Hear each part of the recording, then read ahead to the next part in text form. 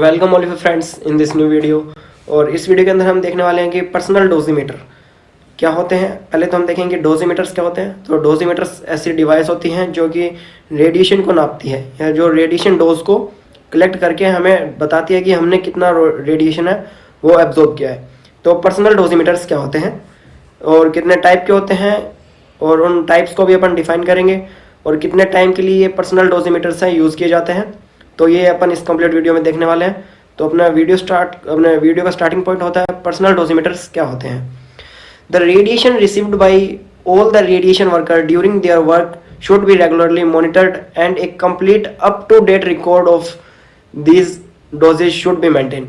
Personal dosimeter या personal radiation डोजीमीटर्स क्या होते हैं कि एक प्रॉपर जो रेडिएशन है वो एक वर्कर ने कितना रेडिएशन है वो रिसीव किया है, एक रेगुलरली या डेली बेसिस पे उसने कितना जो रेडिएशन है एब्जॉर्ब किया है, उसको अपन जो डिवाइस मेंटेन करती है, उसको जो डिवाइस रिकॉर्ड करती है उसको पर्सनल डोजीमीटर बोलते हैं। अब ये बात हो गई कि पर्सनल डोजीमीटर्स क्या होते हैं। तो अब अपन नेक्स्ट पॉइंट अपना होना चाहिए कि पर्सनल डोजीमीटर्स का कहाँ यूज़ होता है या क्यों यूज़ कर एम क्या होता है। The aim of personal monitoring is started as follow. क्यों यूज़ करते हैं मॉनिटर एंड पहला पॉइंट अपना monitor and control individual dose regularly in order to ensure compliance with the stipulated dose limit।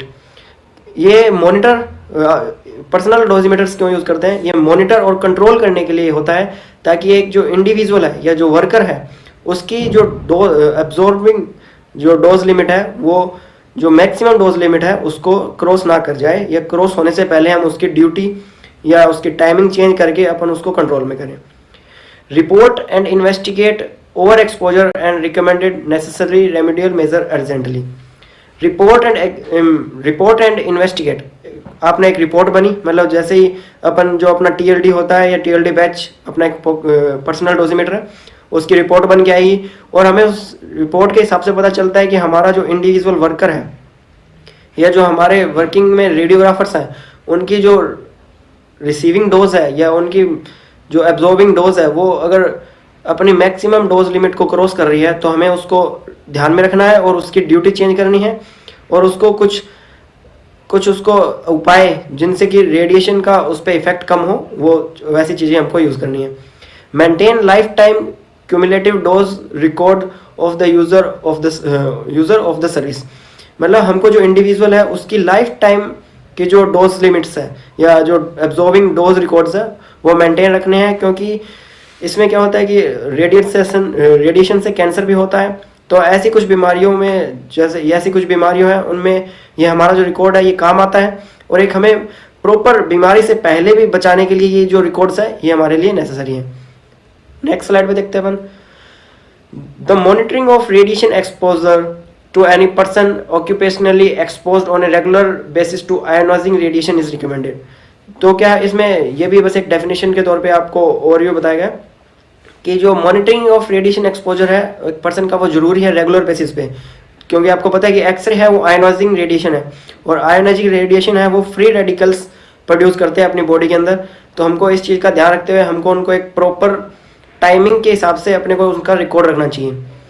Exposure monitoring of personnel is required whenever radiation workers are likely to risk receiving 10% or more of the annual occupational EFD। EFD का मतलब होता है annual effective dose limit of 50 millisievert in a single year as consequences of their work related activities।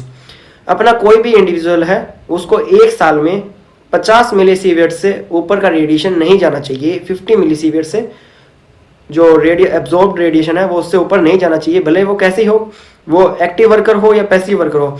Active worker means जो worker पूरे दिन radiation ले रहा है, रेडिएशन के अंदर रह रहा है। पैसिव वर्कर मीन जो रेडिएशन से बाहर है, मतलब जैसे स्वीपर हो गया वो भी एक रेडिएशन के अंदर कॉन्टेक्ट में तो रहता है, तो हमें उसके रेडिएशन को भी कंट्रोल करना जरूरी है। नेक्स्ट स्लाइड पे देखते हैं अपन। Purpose of personal dosimeter: provide an indication of the working habit and working condition of diagnostic imaging personnel। ये अपने को एक इंडिकेशन या एक तरीका है जिससे हमें पता चल जाए कि अपना जो वर्कर है वो डायग्नोस्टिक इमेजिंग जो है उसकी रेंज के अंदर उसने जो डोज एब्जॉर्ब करी है या नहीं करी है। Determines occupational exposure by detecting and measuring the quantity of ionizing radiation to which the dosimeter has been exposed over a period of time। Second point का मतलब है कि अपने जो TLD या जो भी अपने पॉकेट जो भी अपने डोसीमीटर पहन रखा है वो कितना आयनाइजिंग रेडिएशन रिसीव कर रहा है उसके ऊपर डिपेंड करता है कि कितना आपने डोज अब्जॉर्व करी है एक पीरियड ऑफ टाइम के अंदर। Does not protect the wearer from exposure because the instrument is just meant to detect and measure the amount of ionizing radiation to which it has been exposed। जो personal डोसीमीटर्स है वो किसी भी प्रकार से आपको रेडिएशन से बचाते नहीं हैं, वो बस रेडिएशन को मेजर करते हैं। मेजर करने के लिए मुख्य कारण ये है कि मेजर करना चाहिए क्योंकि अगर आपकी जो मैक्सिमम लिमिट अगर उससे आप ज़्यादा रेडिएशन लेते हैं तो आपके शरीर के लिए और आपके लिए दोनों चीज़ों के लिए हानिकारक है और इससे आपको कैंसर जैसी बीमारियां, बाल झड़ने जैसी बीमारियां हो सकती है। नेक्स्ट देखते हैं अपन टाइप ऑफ डोजीमीटर्स। कितने टाइप के डोजीमीटर होते हैं?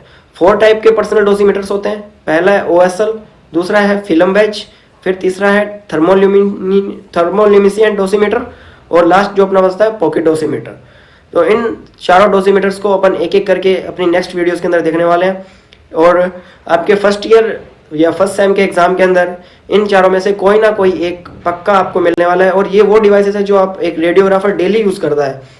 जैसे OSL डोसीमीटर हो गया, फिल्म वेज हो गया, TLD हो गया। नेक्स्ट स्लाइड पे देखते हैं अपन। तो अपनी नेक्स्ट वीडियो के अंदर देखने वाले अपन OSL डोसीमीटर क्या होता है, फिर उससे नेक्स्ट वीडियो के अंदर फिल्म वेज क्या होता है, फिर TLD और फिर पॉकेट डोसीमीटर। तो थैंक यू फ्रेंड्स, ये थी आज की हमारी पूरी वीडियो।